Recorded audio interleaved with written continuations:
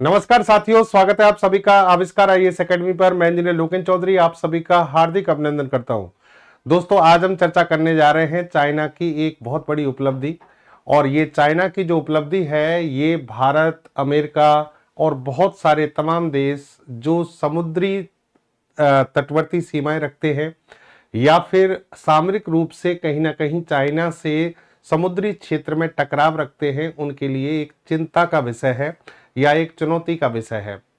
देखिए, भारतीय नौसेना के लिए डीआरडीओ के द्वारा बहुत तीव्र गति से काम किया जा रहा है। कल परसों के सेशन में ही हमने आपको बताया था कि हर 40 दिन में एक एक वॉरशिप इंडियन नेवी के लिए डीआरडीओ के द्वारा दिया जा रहा है। डीआरडीओ की जो भी जो सहायक संस्थाएं हैं उनके द्वारा डेवलप किया जा रहा है।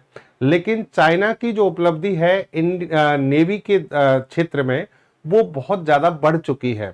और अभी इसने जो एक super modern aircraft carrier worship जो शामिल किया है, जिसका नाम है फ्यूजियन, ये दुनिया में इकलौता है इस टाइप का। या फिर हम कह सकते हैं इस टाइप की तकनीक अमेरिका के पास है, लेकिन चाइना ने जो विकसित किया है वो एशिया महाद्वीप में पहली बार ऐसी तकनीक को डेवलप किया गया है। इसलिए कहीं ना कहीं, हालांकि अगर हम एयरक्राफ्ट कैरियर की बात करें तो भारत के पास भी दो ऑलरेडी एयरक्राफ्ट कैरियर हैं, और तीसरा आईएनएस विशाल बनने की तैयारी में है। उसकी डिजाइन तैयार हो चुकी है, उस पर लगातार काम चल रहा है। लेकिन चाइना अपने 3 एयरक्राफ्ट कैरियर बना चुका है। ये तीसरा है जो सर्विस में आ गया है, फ्यूजियन जिसका नाम है। और इसका आकार और इसकी क्षमताएं हमारे जो एयरक्राफ्ट कैरियर हैं उनकी तुलना में कहीं ना कहीं ज्यादा है। तो समझिए आप इसको कि ये भारत के लिए चुनौती कैसे है। समुद्री क्षेत्र में चीन का जो दबदबा है वो किस तरीके से लगातार बढ़ रहा है। एयरफोर्स के मामले में जब हमने बात की थी तो हमारे लिए एक राहत की बात ये आई थी। एयरफोर्स में ये कहा गया कि इंडियन एयरफोर्स जो है वो दुनिया में तीसरी सबसे ताकतवर एयरफोर्स है। तो वहां हमारे लिए एक अच्छी खबर थी, क्योंकि हमने बहुत अच्छे एयरक्राफ्ट हमारे एयरफोर्स के लिए शामिल किए हैं। एयर डिफेंस सिस्टम हमारे पास में है, सारी चीजें हम शामिल कर रहे हैं, और ड्रोन सेना अलग से बना रहे हैं। लेकिन इंडियन नेवी जिसकी रिक्वायरमेंट हिंद प्रशांत क्षेत्र में बहुत ज्यादा है, सामरिक रूप से पाकिस्तान और चाइना इन दोनों को अगर हमें काउंटर बैलेंस करना है तो इंडियन नेवी को स्ट्रॉन्ग और ज्यादा होना पड़ेगा। और आज के सेशन में ये चीज आपको समझ में आएगी। देखिए, इसके मायने क्या है ये समझें आप कि China gets new aircraft carrier, 3 things you need to know. यानी ये जो एयरक्राफ्ट कैरियर है इसके बारे में आपको बहुत सारी चीजें जाननी चाहिए। China launches advance aircraft carrier the Fujian. देखिए, आप BBC, Eurasian times, the Hindu, जितने भी अच्छे अखबार न्यूज़पेपर हैं, इंडियन एक्सप्रेस, इकोनॉमिक्स टाइम्स, सभी में ये खबर छपी हुई है। और इसी तरीके से हिंदी के न्यूज़पेपर में भी सब में इसे छापा गया है, यानी सुर्खियों में है। ये आप फ्यूजियन का एक चित्र देख सकते हैं, इमेज देख सकते हैं। बहुत विशाल का है एयरक्राफ्ट कैरियर है ये। आपको पता है वॉरशिप जो होते हैं, मैं कई सेशन में बता चुका हूं, सबसे बड़े जो वॉरशिप होते हैं वो एयरक्राफ्ट कैरियर होते हैं। उसके बाद जो आकार की तुलना करें, सुविधाओं की बात करें, फैसिलिटी की, तो उसके बाद जैसे कि डेस्ट्रॉयर होते हैं, कॉर्वेट्स होते हैं, फ्रिगेट्स होते हैं, इस तरीके से वॉरशिप होते हैं जो सेनाओं को दिए जाते हैं। इनमें सबसे बड़ा जो एयरक्राफ्ट कैरियर होता है, इसका आकार बहुत बड़ा होता है। कितना बड़ा होता है, जैसे कि कंपैरिजन करें तो फुटबॉल के मैदान से भी बड़ा हो सकता है।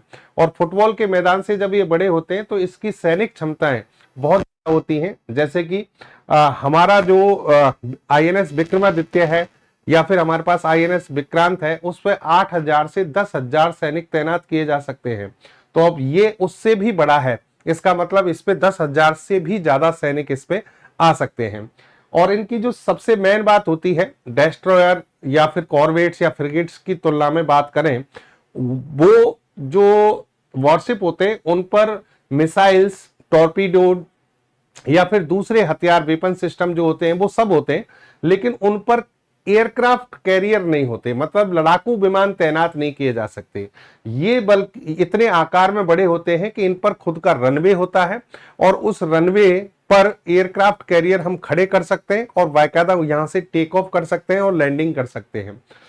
तो कहने का मतलब ये एयरक्राफ्ट कैरियर जो वॉरशिप है वो इसलिए खास हो जाते हैं कि लड़ाकू विमानों को समुद्र में ही तैनात कर दिया जाता है इनकी सतह पर, और वहां से फिर युद्ध की स्थिति में इनको उड़ान भरवाई जा सकती है। तो फ्यूजियन जो है एयरक्राफ्ट कैरियर, ये चाइना का तीसरा है, और इसकी घोषणा जो है बाकायदा सरकारी घोषणा की गई है चीन के द्वारा। यहाँ की समाचार एजेंसी है शिन्हुआ, उनके द्वारा इसकी यहां पर घोषणा की गई।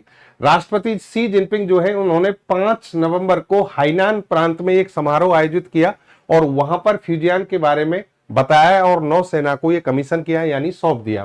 फ्यूजियन जैसा कि तीसरा एयरक्राफ्ट कैरियर है, इससे पहले 2 बन चुके हैं यहाँ पर, एक तो है लिया ओनिंग और एक है शानडोंग। ये दोनों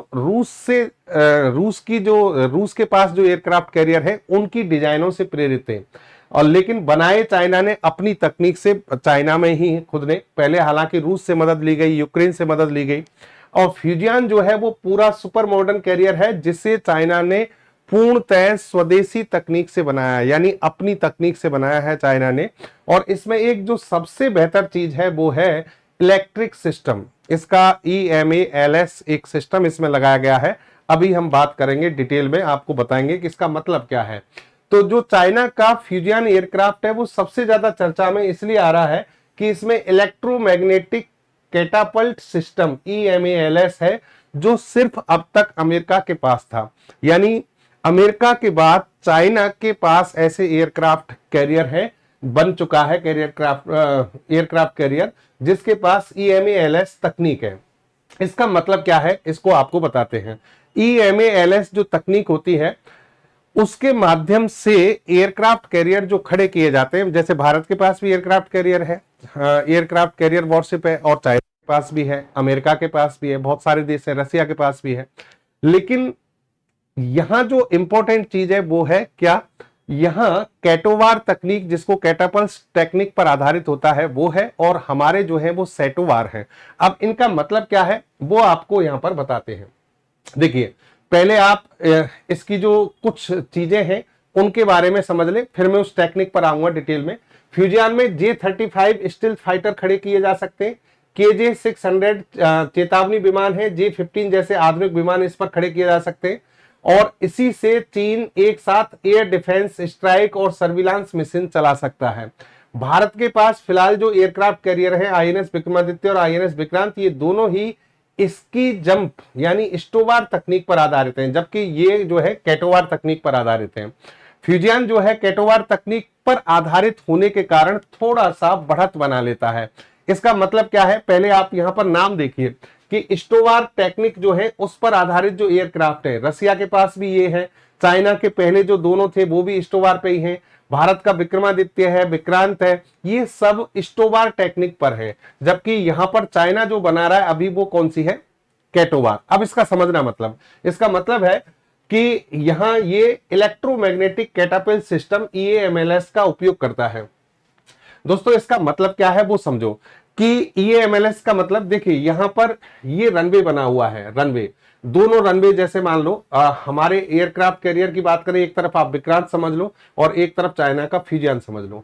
तो ये जो रनवे होते हैं वो 2 तरीके से बनाए जाते हैं, 2 तरीके से। एक तो ये फ्लैट होते हैं इस तरीके से फ्लैट, और एक होते हैं आगे से ऐसे उठे हुए, जैसे कि आप एक डायग्राम में देख सकते हैं। ये जैसे कि ये क्या है, थोड़ा सा झुकाव है, इसमें उठा हुआ है, ठीक है। और अब इसको यहां पर समझना है आप, यहां पर कि कैटोवार जो टेक्निक होती है जिसमें ये जो रनवे होते हैं वो बिल्कुल फ्लैट होते हैं, फ्लैट इस तरीके से, और इसी पर एयरक्राफ्ट बढ़ता है। लेकिन यहां पर जो है ये झुकाव वाले होते हैं, इस पर एयरक्राफ्ट बढ़ता है।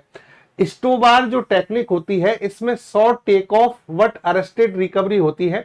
इसका मतलब यह है कि यहां से जो विमान उड़ान भरेंगे वो शॉर्ट टेक ऑफ कर सकते हैं, कम जगहों पर टेक ऑफ करते हैं, क्योंकि यहां से इनको इस तरीके से यहां झुकाव मिल जाता है और वहां से ये उड़ान भरते हैं। लेकिन जब ये इस तरीके से उड़ान भरते हैं तो उस समय इनको किसी एक्सटर्नल सपोर्ट नहीं मिलता, जो विमान के अंदर जो इंजन होता है, इंजन का जो थ्रस्ट होता है, उसी से ये उड़ान भरते हैं, और उसी से जब उड़ान भरते हैं तो यहां पर ये पेलोड कम ले जा सकते हैं, यानी रेस्ट्रिक्शन होती है पेलोड ले जाने की, और रेंज की यहां पर क्या होती है। यानी कहने का मतलब ये हुआ कि ये जो एयरक्राफ्ट कैरियर यहां से स्टोवा टेक्निक के अकॉर्डिंग उड़ते हैं वो कम वजन उठा सकते हैं, कम पेलोड ले जा सकते हैं, कम रेंज में जा सकते हैं। जबकि इधर क्या है, इधर समझना, यहां पर झुकाव नहीं दिया गया, सीधा इस तरीके से रनवे बनाया गया है, लेकिन एक इलेक्ट्रोमैग्नेटिक सिस्टम लगाया गया है। इलेक्ट्रोमैग्नेटिक सिस्टम से इलेक्ट्रोमैग्नेटिक फोर्स जनरेट होता है यहां से, और इलेक्ट्रोमैग्नेटिक फोर्स जो है वो इस एयरक्राफ्ट कैरियर को सपोर्ट करता है स्पीड पकड़ने में, जिससे कि ये एयरक्राफ्ट कैरियर बहुत स्पीड से कम जगह में आसानी से तेजी से उड़ान भर जाता है। और यहां नो रेस्ट्रिक्शन पेलोड, यानी ज्यादा से ज्यादा वजन ले जा सकता है, इसमें वजन ले जाने की रेस्ट्रिक्शन नहीं होती और ना ही रेंज की रेस्ट्रिक्शन होती है, समझिए। हालांकि लैंडिंग में दोनों में ही रिकवरी, अरेस्टेड रिकवरी का मतलब है कि जब विमान उतारे जाते हैं तो उनको वायर से जोड़ दिया जाता है, तारों से जोड़ दिया जाता है, ताकि स्पीड को धीरे धीरे कम करके इस पर उतारा जा सके। तो जो यहां पर कैटोबार और स्टोबार जो टेक्निक है उनमें लैंडिंग के लिए तो अरेस्टेड रिकवरी है, दोनों में सेम है, लेकिन उड़ान के लिए हम बात करें तो यहां पर EMALS सिस्टम है जो इलेक्ट्रोमैग्नेटिक सिस्टम पर आधारित है, और ये इलेक्ट्रोमैग्नेटिक फोर्स के कारण ये विमान ज्यादा वजन लेकर ज्यादा रेंज तक तीव्र गति से उड़ सकते हैं। तो ये सिस्टम चाइना ने डेवलप किया है, कैटोबार जिसको हम कह रहे हैं। देखिए क्या है इलेक्ट्रोमैग्नेटिक कैटापल्ट सिस्टम, समझना। किसी भी एयरक्राफ्ट कैरियर से फाइटर प्लेन को लॉन्च करने के लिए खास तरह के सिस्टम की जरूरत होती है, क्योंकि एयरक्राफ्ट कैरियर का रनवे जमीन में मौजूद रनवे से छोटा होता है। जमीन पर तो आप कितना भी बड़ा बना सकते हो, लेकिन वहां आपके पास में एक भाई समुद्र का जहाज ही तो है, और उस जहाज पर आप क्या बना रहे हो, रनवे बना रहे हो, तो वो छोटा होगा। अब छोटे से रनवे पर एयरक्राफ्ट कैरियर को उड़ना है तो पहले उसको स्पीड पकड़नी होगी, या आप तकनीकी रूप से झुकाव देके ऐसे उसको ऊंचाई दे दो इस तरीके से, लेकिन यहां पर इलेक्ट्रोमैग्नेटिक फोर्स के द्वारा ऐसा किया जा रहा है, ठीक है। इसलिए एयरक्राफ्ट कैरियर पर प्लेन की लैंडिंग और टेक ऑफ के लिए खास तरह के सिस्टम का इस्तेमाल किया जाता है, जिसे कैटोवार सिस्टम कहते हैं। अब ये कैटोवार सिस्टम जो होते हैं ये भी दो तरह के होते हैं, एक तो स्टीम कैटोवार होता है जो पहले काम में लिया जाता था, और एक होता है electromagnetic aircraft launch system EMALS, जिसको आप इलेक्ट्रोमैग्नेटिक कैटोवार सिस्टम भी कह सकते हैं। तो चाइना ने इलेक्ट्रोमैग्नेटिक वाला जो सिस्टम है वो डेवलप किया है, जो स्टीम वाले से ज्यादा बेहतर है। कैसे बेहतर है? स्टीम कैटापल्ट जो होता है से सिर्फ हैवी फाइटर प्लेन को लॉन्च किया जा सकता है, जबकि EMALS यानी जो आपका इलेक्ट्रोमैग्नेटिक कैटापल्ट सिस्टम है उसमें हैवी और लाइट दोनों प्रकार के एयरक्राफ्ट को भेजा जा सकता है, उड़ान भराई जा सकती है, और ये एनर्जी इफिशिएंट भी होता है। यानी इलेक्ट्रोमैग्नेटिक सिस्टम होने के कारण ये एनर्जी इफिशिएंट होता है, इसका रखरखाव करना भी आसान होता है, और आसानी से इसको देखिए EMALS सिस्टम की मदद से टॉप साइड वेट को कम किया जा सकता है। साथ ही ये एयरक्राफ्ट कैरियर की मैन और अनमैन्ड दोनों तरह की लॉन्च एबिलिटी को बढ़ा देता है। कहने का मतलब इस तकनीक के कारण फ्यूजियन जो है वो चाइना का सबसे इंपॉर्टेंट एयरक्राफ्ट कैरियर बन गया है, एक ऐसा वॉरशिप जो आसानी से विमानों को उड़ा सकता है, और हैवी जितने भी एयरक्राफ्ट कैरियर हैं उनको चाइना यहां पर खड़ा कर सकता है। और इसकी रेंज ताइवान, दक्षिणी चीन सागर के साथ साथ हिंद प्रशांत क्षेत्र में जहां भारत को यह चुनौती दे सकता है वहां तक इसकी आसानी से हो सकती है। इसमें J-35 स्टील फाइटर है, इसका KJ-600 जो मैंने बताया, J-15, ये सभी इसमें फाइटर जेट तैयार हो सकते हैं। इसके अलावा इस एयरक्राफ्ट कैरियर में MBDC तकनीक में medium voltage direct current system है, और इससे इलेक्ट्रिसिटी जनरेट होती है। ये एक विशेष प्रकार का सिस्टम इसमें लगाया गया है। इसके अलावा यहां पर कैरियर के लाइट, रडार, हथियार कंट्रोल सिस्टम सब इलेक्ट्रिसिटी से चलते हैं, ठीक है। चाइना ने इस पर देखिए बहुत लंबे समय से काम किया है, और जापान ने कुछ समय पहले इस पर आपत्ति भी दर्ज की थी। जापान ने कहा था कि भाई जो फ्यूजियन जो इनका एयरक्राफ्ट कैरियर है उसकी हरकतें हमने समुद्र में देखी हैं, क्योंकि इसको लॉन्च तो पहले ही कर दिया गया था, आज तो कमीशन किया गया है। ये देखिए चाइना का लियोनिंग जो पहला एयरक्राफ्ट कैरियर है, 001 नंबर दिया जाता है इसको। सॉन्डोंग जो है इसको 002 कहा जाता है, और चाइना ने जो पहला वाला था वो रूस से इसकी मतलब डिजाइनिंग रूस से थी, प्रेरित थी।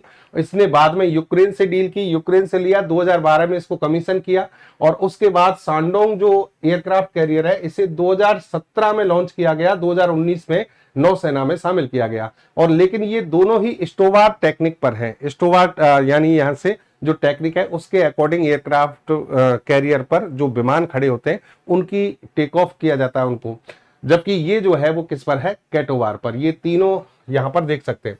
एक और चीज नजर आप डालें कि फ्यूजियन जो है वो टाइप 003, इसका वजन देखिए आप 80,000 टन है, 80,000 टन। जबकि हमारा जो विक्रमादित्य है, आईएनएस विक्रमादित्य, हमारा जो आईएनएस विक्रांत है, इनकी जो वेट है इनका वो लगभग 40,000 टन है। इसका मतलब हमारे एयरक्राफ्ट कैरियर की तुलना में ये लगभग आकार में भी जस्ट डबल है या फिर फैसिलिटी ज्यादा है, इसलिए इनका वजन भी लगभग क्या है, दुगना है। और इलेक्ट्रोमैग्नेटिक कैटापल्ट सिस्टम जो है ये अपने आप में विशेष हो गया, इसकी वजह से ये अच्छी श्रेणी का वो माना जाएगा, एयरक्राफ्ट कैरियर माना जाएगा। ये पूरी इसकी आप डिजाइनिंग देख सकते हैं कि कौन किस तरीके से एयरक्राफ्ट कैरियर कहां कहां पर कैसे खड़े हो सकते हैं, एयर विंग कैसे बनेंगी।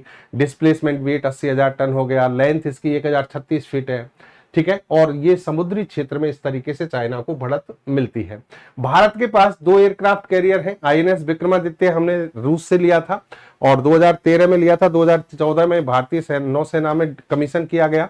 और वो अच्छा एयरक्राफ्ट कैरियर है, ऐसा नहीं है कि हम कहीं बहुत पीछे रह गए हों। एयरक्राफ्ट कैरियर होना ही किसी नौसेना के पास बहुत बड़ी बात है। और भारत के पास में तीसरा बन रहा है और 2 तो स्वदेशी तकनीक से बन रहे हैं। विक्रमादित्य, आईएनएस विक्रमादित्य हमने रूस से लिया था। रूस से जो हमने लिया है उस पर मिग 29 के लड़ाकू विमान और कोमोव 31 हेलीकॉप्टर उस पर तैनात किए हैं। इसी तरीके से विक्रमादित्य की बात करें हम, विक्रमादित्य जो है हमारा 2022 में शामिल हो चुका है और ये दोनों ही स्टोवार टेक्निक पर आधारित हैं। आईएनएस विशाल जो है उस पर हमारा काम रेगुलर चल रहा है। ये आप देख सकते हैं विक्रमादित्य के बारे में। लगभग आप मान के चलिए कि 45,000 टन के आसपास इसका वजन है, 55 किलोमीटर प्रति घंटे की इसकी स्पीड है, यानी आकार में बहुत बड़ा है। 8 से 10,000 सैनिक खड़े हो सकते हैं, इस पर तैनात हो सकते हैं। बहुत सारे एयरक्राफ्ट हम इस पर तैनात कर सकते हैं। कुल मिलाकर यानी हम एयरक्राफ्ट कैरियर में किसी भी देश से कम नहीं है। 3 एयरक्राफ्ट कैरियर किसी भी देश के पास में होना बहुत बड़ी बात है, क्योंकि आईएनएस विशाल भी हमारा जल्दी शामिल हो जाएगा।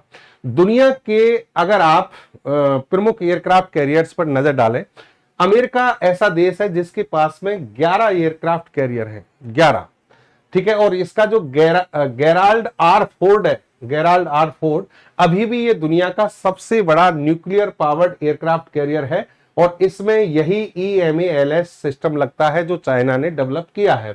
इसके अलावा चीन के पास अब कितने हो गए, 3 हो गए फ्यूजियन के साथ, और भारत के पास 2 है, तीसरा बन रहा है। ब्रिटेन के पास 2 एयरक्राफ्ट कैरियर हैं, ब्रिटेन के पास में। फिर रूस के पास में 1 एयरक्राफ्ट कैरियर है। देखिए, जबकि रूस बहुत पहले इस तकनीक को डेवलप कर चुका था, लेकिन अब रूस ने कहीं ना कहीं इस पर विराम लगा रखा है और अभी इनको डेवलप नहीं किया है। तो ये थी दोस्तों फ्यूजियन की कहानी जो चाइना ने डेवलप किया है, और भारत जो है आईएनएस विशाल उतारने वाला है, जल्दी इस पर काम चल रहा है रेगुलर। तो कहने का मतलब कहीं ना कहीं जो नौसेनाएं हैं, नेवी जो हैं दुनिया की, उनमें चाइना की बढ़त काफी बन चुकी है। यही इस खबर में समझाने का प्रयास किया गया है। नई जानकारी के साथ, बेहतर जानकारी के साथ फिर से मिलेंगे आपसे। जय हिंद, जय भारत।